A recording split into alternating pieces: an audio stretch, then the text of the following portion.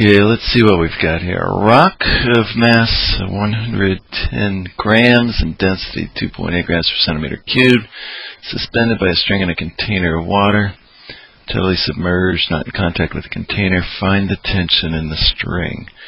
Alright, let's get a little sketch of that for starters.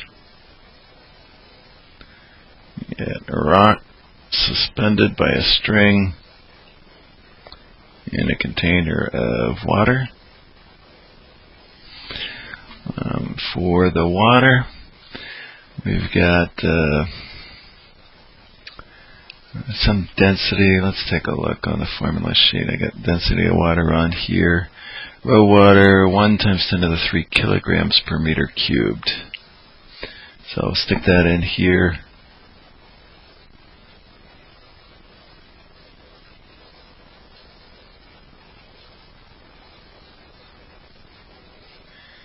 Kilograms per meter cubed. So I use subscript W for water, and for the rock I'll use no subscript. For the rock, let's see, we got a mass in SI units of 0.110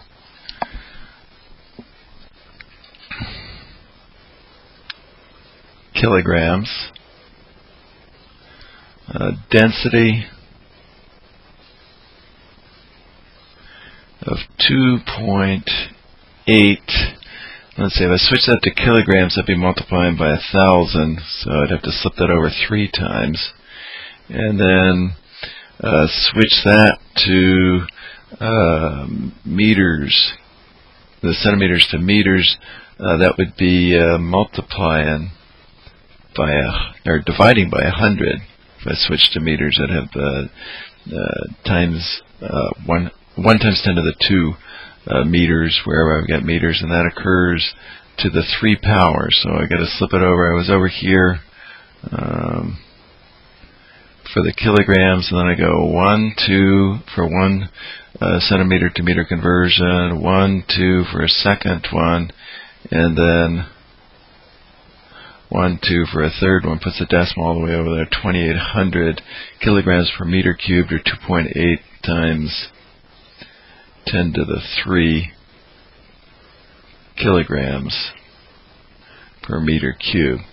Further, for the rock, I'm going to need the volume. Here's the deal. I'm going to have some buoyant force on this, and I need to express the buoyant force. The buoyant force is the weight of the fluid. That would be where the rock is if the rock wasn't there. To get that weight, I've got to find out how much fluid is there. The volume of fluid there will be the same as the volume of the rock, so it's important to get the volume of the rock. We know from our definition of density that the mass is the density times the volume. See if I get that one on the formula sheet, or I said that's essentially a definition. No, you got it right here. Density by definition is mass per volume. I've multiplied both sides by V already.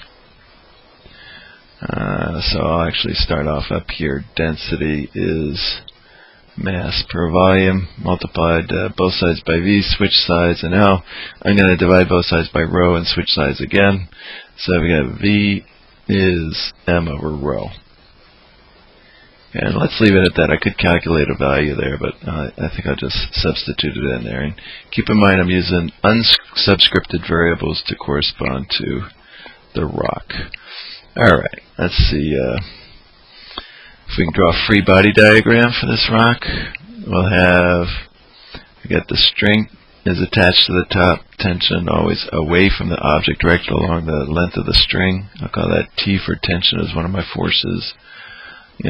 Draw this end to end, obviously also acting on the rock. We get the buoyant force in the upward direction, and then we get the weight in the downward direction. Okay, referring to this free body diagram, where A, by the way, is equal to 0, the rock is at rest.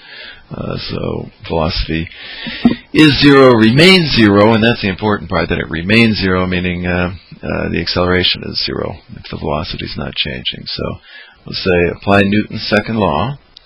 The net force in the upward direction is equal to 0. sum those forces, B plus T, that is, replace the sum of the forces occurring here with the sum of the forces in the upward direction. So minus W is equal to 0.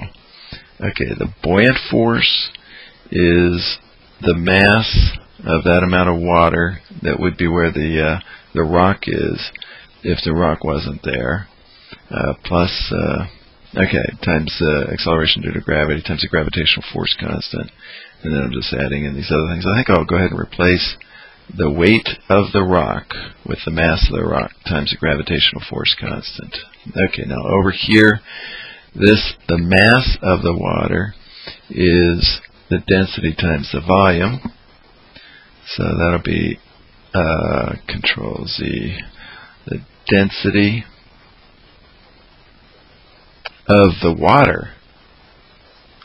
So I am using this kind of formula. This was all for the rock, but the mass of the water would be the density of the water times the volume of the water, but the volume is the same for both. So I'll go rho W and then just V, the volume of the rock, which is also the volume of that amount of water that would be where the rock is if the rock wasn't there, and then times the acceleration due to gravity, plus T minus the mass of the rock times gravitational force constant is equal to 0.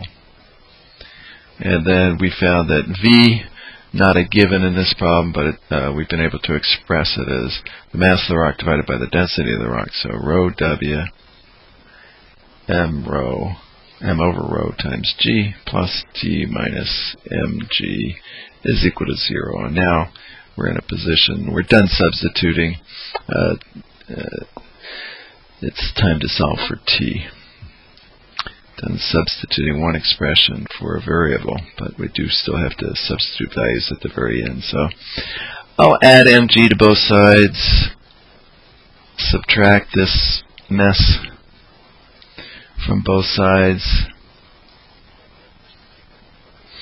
I note on the right I've got an mg in both terms. It'll cut down on the substitution. If I factor that out, I'm left with rho, density of the water divided by the density of the rock, and then all times the weight of the rock.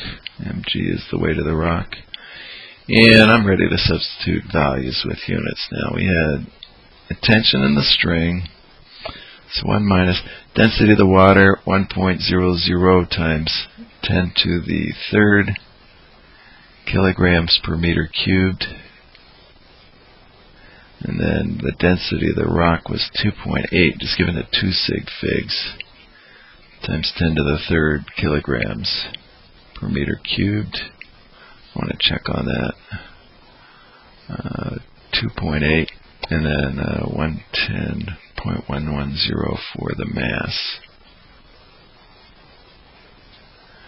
Kilograms times 9.8 newtons